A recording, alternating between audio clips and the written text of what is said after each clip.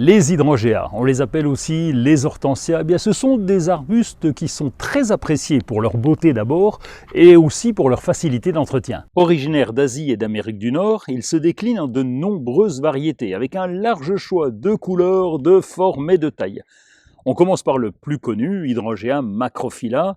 Dit comme ça, c'est pas terrible, mais c'est l'hortensia à grosses fleurs en forme de boule. C'est sans doute le plus connu et le plus répandu. Il est originaire du Japon et se caractérise par ses inflorescences en boule de couleur bleue ou rose en passant par le violet et le blanc, en fonction de la nature du sol et du pH. Quand votre sol est calcaire, la fleur bleue vire au rose, et c'est normal, car pour garder sa couleur bleue, il faut que la plante soit installée dans une terre de bruyère, et là, tout va mieux. Ici, dans notre jardin, la terre est très calcaire. Alors si on veut des hortensias bleues, eh bien il vaut mieux les mettre en pot avec une terre acide. Le second hortensia, bien connu aussi, c'est l'Hydrangea paniculata.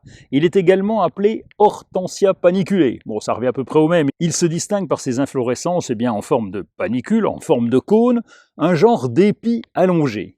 Les couleurs des fleurs varient du blanc au rose en passant par le vert et le rouge en fonction de la variété et de la maturité des fleurs. Celui qu'on adore et qu'on voit souvent, c'est le cultivar vanille fraise, aux fleurs blanc-crème qui évoluent vers des teintes roses et rouges en fin de saison. Il y a même un hortensia grimpant qui s'appelle Hydrangea pétiolaris. Il a la capacité à grimper tout seul et à recouvrir les murs, les pergolas et les autres supports verticaux.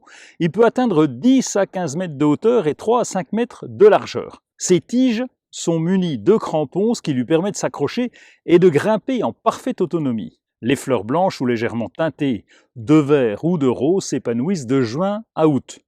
Ça nous donne un spectacle généreux et élégant. Ces feuilles sont caduques, ça veut dire qu'elles tombent en hiver. Vous avez le choix puisqu'il existe encore bien d'autres espèces d'hortensias avec de nombreuses variétés.